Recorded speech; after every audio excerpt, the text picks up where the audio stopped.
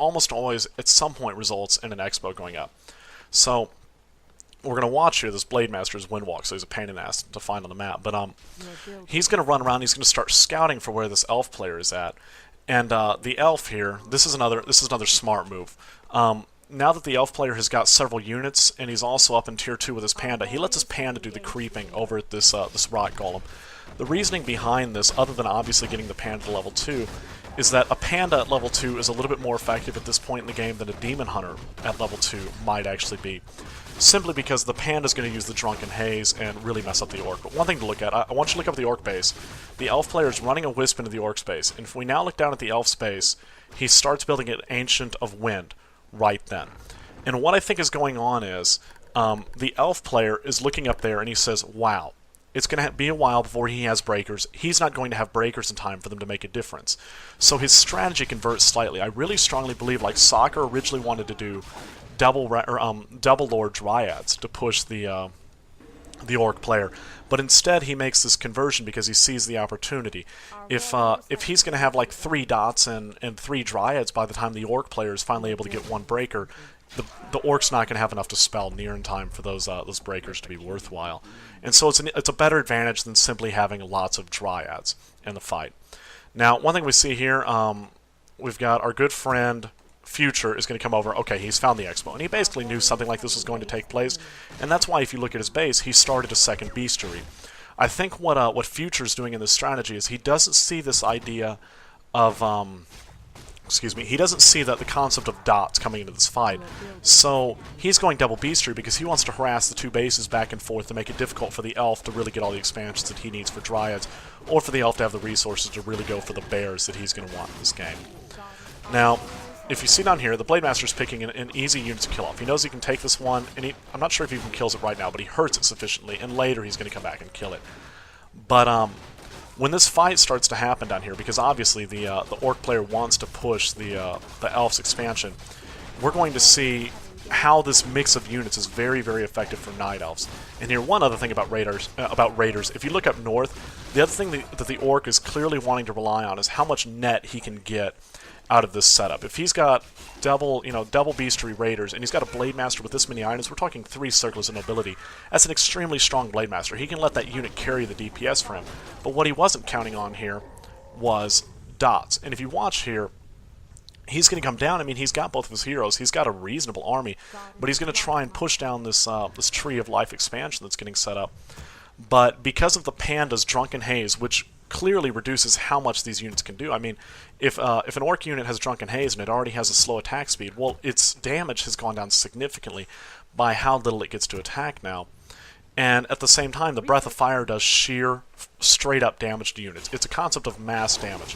And here, one other thing I need you to see. If you see this Tree of Life, it's attacking this bottommost raider. And so, what happened here is Soccer made an extremely smart move. He saw his panda get surrounded, and he had all his units start focusing the unit that could take the most damage, the one by the tree. And if you see here, he's moving his units over to block the grunts from getting around to the panda, so that the panda's only taking damage from a Blade Master. And then he's using his own units to focus a Blade Master. And if you look, after that Breath of Fire, and also focus from Dots, Dryads, and Hunts, that Blade Master doesn't have much health. I mean, this panda does die, but if you move over to the left, well, the orc player has lost almost everything. I mean, he's lost literally his entire army that he brought with him. And that's the efficacy of this Dots and Dryads mix. It's not always the best move, but especially since the orc was delayed from having raiders as quickly as he could, it really works out. And the strength of this strategy is we can guess from a Demon Hunter only being level 2 doesn't lie in the strength of the elf heroes. It's not like elf versus undead where you really want to have really competitive heroes. It's a lot more about army composition, micro, and also food counts, right? Because what's going to happen here is Soccer gets his expo up. He's going to get the 5 wisps in there, and he's going to start holding gold. And you're going to see him start to buy items. And if you look at the Demon Hunter right now, this is a neat trick that you can use in your own games. He moves right next to this rock. He can buy from the shop without aggroing the creeps. That's a useful technique to be able to have.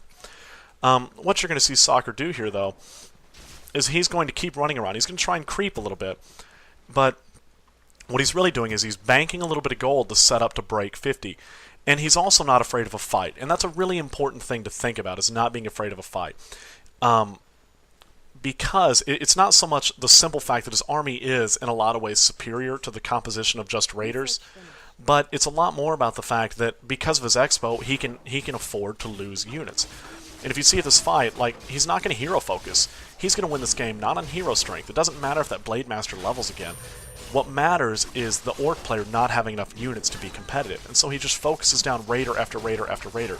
And I mean, we could talk about positioning a little bit by the Elf player, but he didn't really worry about it that much. He just kind of ran up and started attacking stuff. And if you look at how the Orc's units are attacking different units, it literally looks like the Orc was basically just attack moving and then focusing on controlling his heroes, because that's what Orc play is usually based around, is this really good use of heroes and focusing on them.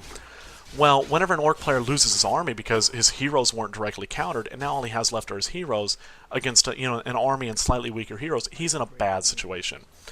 Another thing I want you to look at is the Elf player has got this nifty little Sentinel, or whatever the hell it's called, upgrade, that allows him to put these scouts up around the map that can see invisible units. And that's just useful. I mean, he's got the extra gold, right? He put up this expansion, so he's got the food advantage that he needs in terms of resources.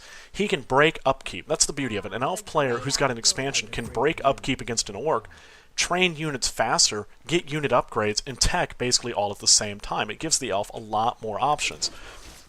Whereas once this Orc player breaks upkeep, there's going to be a delay between finishing a unit and being able to train new units over and over again.